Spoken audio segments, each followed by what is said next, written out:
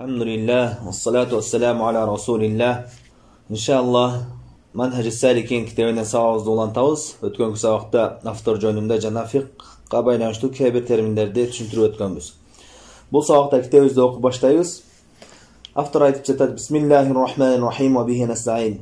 Ырайымдуу жана мээримдүү Аллахтын аты менен баштайм жана андан жардам сурайм. Elhamdülillah, mактоолордун баары Аллахка тандык. Nahmaduhu, aga maqtoo aytабыз. Wa nasta'inuhu, andan jardam surayız. Wa nastaghfiruhu, andan күнөөлөрүбүздүн кечирүүсүн сурайбыз. Wa natubu ilayh, aga tooba кылабыз. Wa na'udzu billahi min shururi anfusina wa sayyiati a'malina. Andan өзүбүздүн нафсыбыздын жамандыгынан жана амалдарыбыздын жамандыктарынан коргоосун, сактоосун тилейбиз. Ма яхдихиллаху фала мудилля лах. Аллах Таала кимди хидаятка, туура жолго баштаган болсо, аны адаштыруучу жок, аны эч ким адаштыра албайт. Омай юдлил фала хадия лах. Ал эми кимди адаштырган болсо, аны туура жолго баштоочу жок, аны эч ким туура жолго баштай албайт. Ва ашхаду ан ла илаха иллаллаху вахдаху ла шарика лах. Аллахтан башка сыйынууга, ибадатка татыктуу эч бир зат жок, жалгыз Аллах гана ибадатка татыктуу, анын эч бир шериги жок деп күбөлүк берем. Ва ашхаду анна Мухаммадан абдуху ва расулух. Жана Мухаммад Аллахтын элчиси жана кулу деп күбөлүк берем. Саллаллаху алейхи ва алейхи ва саллам. Ага жана анын үй бүлөсүнө Аллахтын саламы, тынчтыгы болсун. Ушу жерге чейин китебине киришүү кылып, Хутбатул Хажаны жазды. Хутбатул Хажа деген бул ушул дуа, азыр окуп өткөн дуа Аллахка мактоолор. Пайгамбарыбыз саллаллаху алейхи ва саллам бир баян кылайын деген болсо, жума хутбасын кылайын деген болсо, сөзүнү ушул Хутбатул Хажа менен баштачу. Sahih Müslim'de келет, Jabir radıyallahu anh rivayet kılat. Peygamber sallallahu aleyhi ve sellem cuma günü hutba kılayın degen bolsa, oşul hutbatul haca menен başlayt eledi.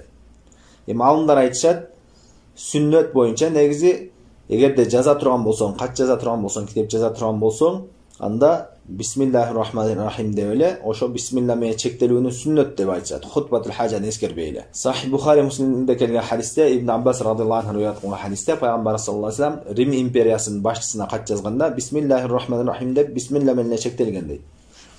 Ал эми баян кыла турган болсо, вааз кыла турган болсо, анда ушул хутбатул хажаны айтуу сүннет деп алымдар айтышат. Буга далил жана Jabir radıyallahu anh rivayet kılgan Sahih Müslim'de kelgen hadis. Бирок китеп жазганда алымдар Бисмиллахдагы хутбатул хажаны айтат кебиркилери. Кебиркилери бисмилlah менен гана чектелет, кебиркилери хутбатул хажа менен гана чектелишет. Амма ба'д андан кийин فهذا كتاب مختصر في الفقه. Бул фикh боюнча кыскача китеп. Жамаату фихи байнал масаил ва далил. Бул китепте маселелерди жана далилдерди чогулттум. Вактасарту фихи ала ахаммил умури ва азамиха наф'ан. Бул китепте эң негиздүү болгон маселелерге жана пайдасы эң чоң болгон маселелерге гана чектелдим. Бардык маселелерди эскерип отурбастан эң негиздүү жана пайдалуу болгон маселелерге, пайдасы чоң болгон маселелерге чектелдим. Ишиддатил дарурати ила хадал мавду. Не себептен жаздым дегенде бул китепте айтып жатат, адамдардын зарылдыгы, кажети, муктаждыгы өтө катуу болгон үчүн фикh жөнүндө жаздым дейт. Ва касиран ма aqtasir ala an-nass idha kana al-hukmu fihi wadihan. Көпчүлүк абалда далилдин текстин гана жазып коем дейт. Маселени эскерип отурбастан, бул маселе мындай, мунун далили мындай деп отурбастан, аятты же болбосо хадисти гана жазып коем. Эгерде ал ачык айкын, майысы ачык айкын түшүнүктүү болгон болсо дейт. Сен ошол далилден гана туура өкүмдү түшүнөсүн. Ли сухулати хифзихи ва фахмихи ala al-mubtadiin. Эми ошол жаңы баштоочуларга жеңил болгондуктан, Курандын аяттарын жаттоо, хадис жаттоо жеңил болгондуктан ошол далилди гана эскерем дейт. Ли аннал илма ma'rifatul haqqi bi dalilihi. Анткени илим деген бул акыйкатты далили менен билүү, шариаттын өкүмүнө далили менен билүү, ошол илим дейт. Алымдар айтышат, илим далил менен билинген нерсе илим деп. Ал эми далилсиз шариаттын өкүмдөрүн билсең, ал илим болуп саналбайт, ал таклид болуп саналат, эрчүү болуп саналат. Бир алым мисалы үчүн бир китепте баяндап берген болсо, шариаттын өкүмдөрү, намаздын өкүмү важип, бул мындай деп шариаттын өкүмдөрүн баарын жазып берген болсо, бирок далилдерин жазган эмес болсо, аны башка бир адам ошону окуп үйрөнгөн болсо, ал мукаллид болот, эрчүүчү, ошол алымдын жазган китебини эрчүүчү болуп эсептелет. Ал шариаттын өкүмдөрүн баарын жаттап алса деле, алым болуп эсептелинбейт. Анткени далилин билбейт. Алым ким? Ошол шариаттын өкүмдөрүнүн далилдери менен билгенди алым дейт. Бул жөнүндө Ибн Абдул-Бар деген алымдардын ижмааны айткан. Алымдардын баары тең мукаллид, ээрчүүчү, далилсиз шариаттын өкүмүн билген ээрчүүчү алым болуп эсептелинбейт деп алымдардын ижма түзүлгөн. Алымдар бир ойго келишкен деп айтат. Андан кийин айтып жатат: "Вал фикху ма'рифатул ахкам шар'iyya al-far'iyya bi adillatiha min al-kitab wa as-sunnah wal ijma' wal qiyas as-sahih." Яғни фикх деген бул башында айтып өткөндөй эле шариаттын өкүмдөрүнү амал жүзүндө болгон, ишеним бабы эмес, амал жүзүндө болгон өкүмдөрдү, ибадаттарды, мамилелерди Курандан, сүннөттөн, ижмадан жана туура кыястан ушу шариаттын далилдеринин негизинде үйрөнүүнү фикх деп айтат дейт. Бул ушул алымдар арасындагы терминдик мааниси. Бул жөнүндө фикхтин маанисин баяндаганда айтып өткөнбүз. Фикхтин сөздүк мааниси жана шариаттык мааниси жана алымдардын арасындагы терминдик мааниси деп. وأقتصر على الأدلة المشهورة خافا من التطويل. Эми маселени жазганда бир маселеге көптөгөн далилдерди алып келип отурбастан, белгилүү болгон, алымдардын арасында белгилүү болгон таркаган далилдерге гана чектелем, ошолорду гана эскерип чектелем дейт. Узарып кетпеш үчүн, бул кыскача китеп болгон үчүн анын баарын эскерип отурбайм дейт. وإذا كانت المسألة خلافية اختصرت على القول الذي ترجح عندي تبعا للأدلة الشرعية. Эгерде бир маселе талаш тартыштуу маселе болсо, алымдардын арасында талаш маселе болгон болсо, эмне кылам дейт? Анда өзүм далилдин негизинде туура деп билген, ражих деп билген, туура деп билген ойго гана чектелем дейт. Ошол ойду гана эскерем дейт.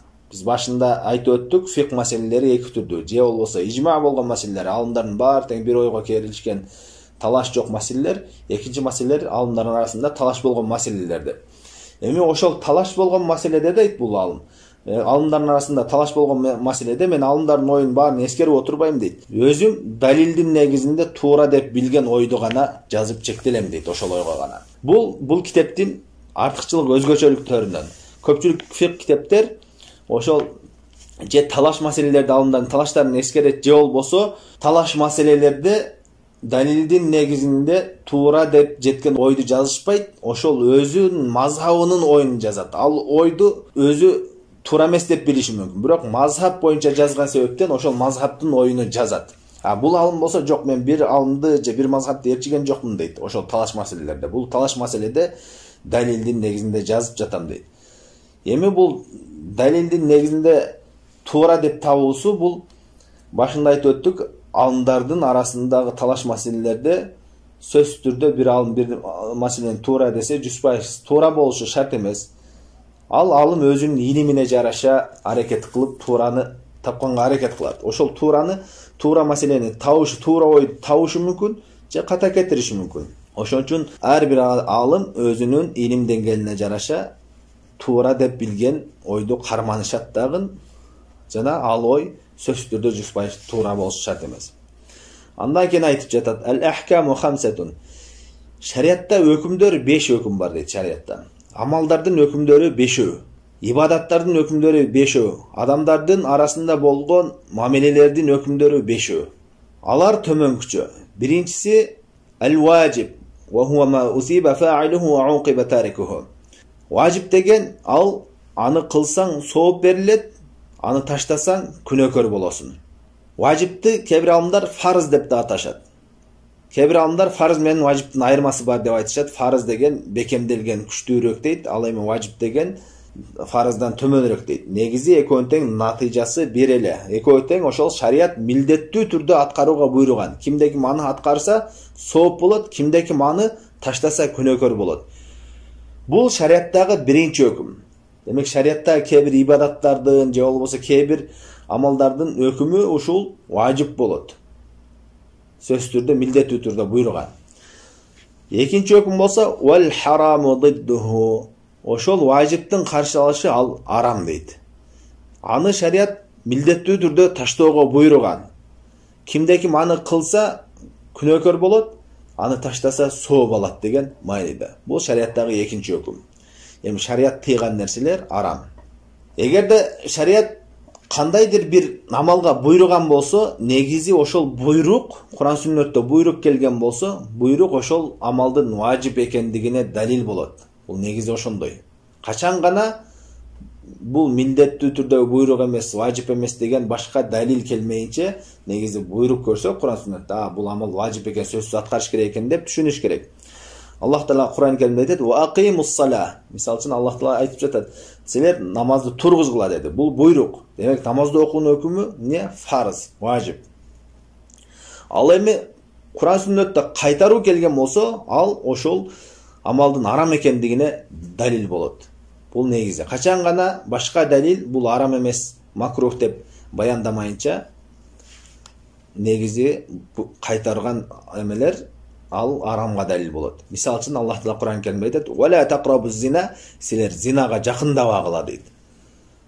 Зина бул жерде зинадан кайтарып атат. Демек зинанын арам экендигини билебиз. Бул экинчи өкүм.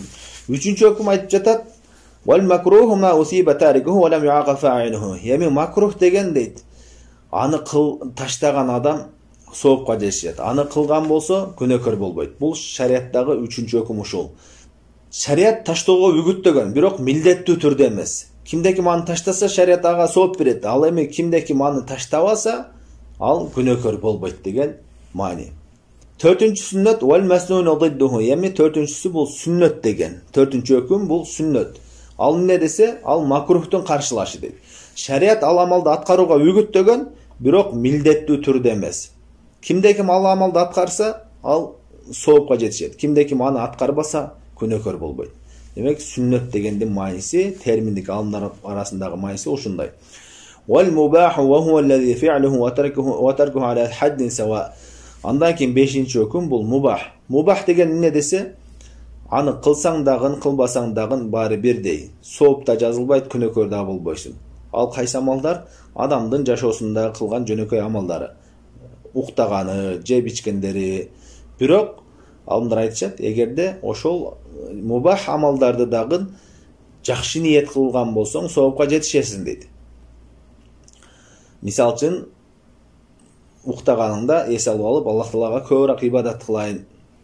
Же болбосо тамак ичкениңде Аллах Таалага ибадат кылууда күчтүүрөөк болайын, көбүрөөк ибадат кылайын. Же болбосо иштеп акча тапканыңда Аллах Таала мени бала чакамды багууга буйруптур, садака кылууга буйруптур, ошолорду кылайын деген ниетте кылсаң, мубах амалдарды кылсаң дагы сооп болот дейт. Жана ошондой эле тескеринче жаман ниет кылсаң күнөөгө жетишесиң. Мисал үчүн арак ичиш үчүн акча издеп акча таап аткан болсо, анда ал күнөөгө жетет. Ар бир нерсе ниетине жараша болот. Ушул шариаттагы 5 өкүм. Адамдардын кылган амалдарынын өкүмдөрү ушундай болот. Же болбосо шариат милдеттүү түрдө буйруган амал, ал важип. Же болбосо милдеттүү түрдө кайтарган амалдар, алар арамдар. Же болбосо шариат таштоого үгүттөгөн амалдар, бирок милдеттүү түрдө эмес, алар макрухтар. Же болбосо шариат ошол амалдарды мактаган, аткарууга үгүттөгөн, бирок милдеттүү түрдө эмес, алар сүннөт. Аткарсаң сооп болот, аткарбасаң күнөөкөр болбойсуң. Же болбосо мубах нерселер, ал күнөө дагы сооп дагы болбой турган. Ушул шариаттын 5 өкүмү. Бул 5 өкүмдү кийинки келе турган маселелерге киреше катары кылып баяндап жазып атат. Мындан кийин биз дараттын өкүмдөрүнү, намаздын өкүмдөрүнү, орозонун өкүмдөрүнү, зекет, ажылык жана ошондой эле соода сатык, нике, талак баптары келет.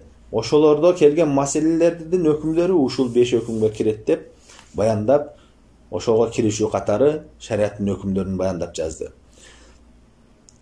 Андан кийин айтып жатат: "Ва яжибу алал мукаллафи ан ятааллама минху кулла ма яхтажу илейхи фи ибадатихи ва муамалатихи ва гайриха." Эми пендеге канчалык деңгээлде шариат өкүмдөрүнөн үйрөнүш важип дегенде, ал өзүнүн жашоосунда, ибадатында муктаж болгон жана ошондой эле адамдар арасында мамилесинде, соода сатыгында муктаж болгон деңгээлде үйрөнүүсү важип дейт. Мисалы үчүн, күнүмдүк жашообузда намаз окууга муктажбыз, 5 мал намазды. Намаздын өкүмдөрүн, намазга байланыштуу даарат, гусул баарын өкүмдөрүн үйрөнүш керек. Ошондой эле орозонун өкүмдөрүнү, ажылыкка барсаң ажылыктын өкүмдөрүнү. Жана ошондой эле күнүмдүк жашообузда соода сатык кылабыз, башка ушундай адамдар менен мамиле кылабыз. Ошол мамилелердин өкүмдөрүн адал арамды адам өзүнө керектүү деңгээлде, жашоосуна муктаж болгон деңгээлде үйрөнүшү важип, милдеттүү түрдө шариат буйруган дейт. Ар бир адам шариат илимине ошондой деңгээлде үйрөнүш керек. Андан кийин хадис алып келди. Кала саллаллаху алейхи ва саллям: "Ман юридиллаху бихи хайран юфаққиху фид-дин", муттафақун алейх. Пайгамбар саллаллаху алейхи ва саллям айтып жатат: Аллах Таала kimge жақшылық қалаған болса, анда аға динді үйретіп қояды. Бұл хадис Сахih Bukhari Muslim'de келген. Ошо жерге чейин киришүү кылды. Жана 5 өкүмдү баяндады. Мындан кийин шариаттын негиздерине кирет. Биринчи исламдын негиздерине, биринчи ла иляха илlalloh Muhammadur Rasulullah калимасы, андан кийин намазга кирет. Намаздан мурда намаздын шарттары, дарат, гусул, бүт ошол маселелерди баяндайт. Андан кийин орозо, закет болуп кетет. Ушул жерге чейин бүгүнкү сабак жетиштүү. Иншаллах кийинки сабакта исламдын биринчи негизине киришебиз. Саллаллаху алейхи ва саллям ала хайр халқи Мухаммад ва ала алихи ва сахбихи ажмаин.